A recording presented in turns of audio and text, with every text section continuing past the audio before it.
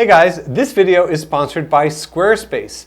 And as you guys know, I use Squarespace for my own website. And anytime somebody asks me what they should use for their website or for their portfolio, I always recommend Squarespace. In fact, right now, if you use the code ADAM, you will save 10% on your website when you go to checkout. Adam Lerner, BrooklynPhotoworks.com, and today we are in the barn and we have a new camera. We have the Fuji X100F. I'm not really sure what the F is for, but I'm sure somebody is going to leave it in the comments because I haven't looked it up yet. But what I do know is that the F has the 24 megapixel sensor that is in the X Pro 2 and the XT2. It's also got the new processor, so it's fast as heck. It's got the little joystick dial for setting focus, which is so incredibly convenient. It also takes the bigger battery that was also in the X Pro 2 and the XT2, so that's really nice because you get more shots and you don't have to have multiple different batteries. It's a really nice camera, and I just got it and I want to take a bunch of photos, and I also have the lens adapter. So I've got the Tele and the Wide adapter. So what I'm going to do to really truly illustrate how you can go from shooting with the fixed lens, which is a 35 millimeter equivalent, using the Tele adapter, which is a 50 millimeter equivalent, to also using the wide adapter, which is a 28 millimeter equivalent. And I want to show you guys what those differences are. So to keep things as close to fair as possible, you can see I've got the X100F up here on a tripod. So all I'm going to do in order to achieve this is I'm going to start by using the 50 millimeter because I want to get that locked in portrait of just the face. And then what I'll do is I'll take it off, we'll go to 35 millimeter, and then we'll go to 28 millimeter with the wide adapter, and we'll be able to see the three different focal lengths that we can achieve with this very streamlined kit. So I've got my buddy Kim, who's off camera right now, who you will see in the photographs, who has been featured in other photo sessions that we've done here. He's my trusty victim. Oh, and I should also mention to you guys, I'm using the Westcott Flex LED. It's the 1x2 daylight LED mat, which is absolutely incredible. And what I wanted to do is, because I've got this light gray paper set up, is that I wanted to really shut down the ambient light. So I've set my camera settings, which I'll share with you guys, to so that the background really goes to a very dark gray, which I like.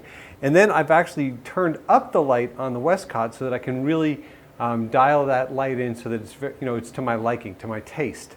Then what I can do is I can just move the light around and then just adjust it so that I get the kind of shadowing that I want and direct it on Kim's face. So that's it. We're using he's cracking me up over here. Anyway, so it's very cool. So typically I use strobes, and I will definitely be using strobes with this camera. But I'm loving this Westcott Flex LED, and I think it's so cool because instead of having to adjust strobes and run back and forth and do all that other kind of stuff, I can just go to the dimmer over here and just change the amount of light I want with the dimmer, leaving everything else constant. So I believe we're at ISO 200, which is the native ISO of the camera shooting RAW. I'm at f4, and I think my shutter speed is a 200th of a second. And the reason for that, again, is that I'm closing down the ambient because I don't want to have a lot of the ambient influence the shot. And as you can see, we've got skylights in here. So there we go. So let's get into this shoot. All right, so Kim, I want you to get into position, and I'm going to have you come closer to me. Another slight step toward camera. That's cool. Yeah, great. Excellent. Let's see what happens when I go to 1/60th. All right, so I went to 1/60th just as an option. So I've got 2.8, 200, and then I've got the 1/60th as an option here. Okay, great. So don't move. All right, so now we've got the 50 millimeter, we've got it locked in. Now without changing anything else, I'm going to take off the teleconverter, and that's going to get me to the native lens, which is a 23 millimeter or 35 millimeter equivalent. The cool thing about the X100F is that it also auto detects.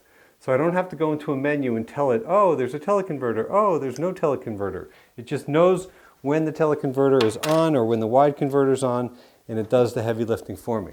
All right, cool. So there you are. Wow. Totally different point of view, but very cool to see. All right, here we go. Nice. We're supposed to keep these the same there. He can't help himself. Looks good, Kim. All right, so now I'm at 1/60th f2.8, and I'm going to try 1/200th, 2.8, ISO 200. Awesome. Great. Okay, stay right there. We have one more to do.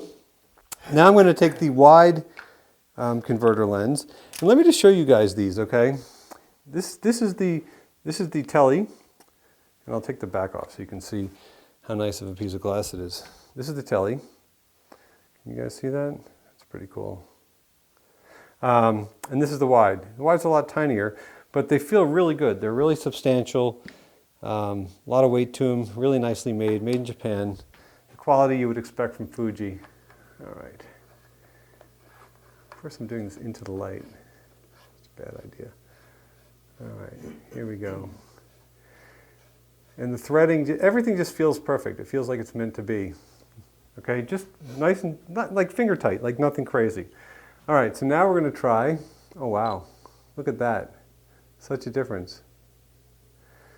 So now we are at same settings. We're going to start with the 1/60th of a second. Now we're going to go to 1/200th of a second. That is awesome, guys. There you go. So that's the Fuji X100F with the fixed lens, the 50mm teleconverter, and the wide teleconverter, or the wide converter actually, because it's not tele. So therefore you guys get to see the 3 different focal lengths. And some of you guys wonder, like, is there really that big of a difference between the 28 and the 35? Well, I'll let you guys decide. So that's it for now. If you have any questions or comments, please leave them below. And we'll see you soon.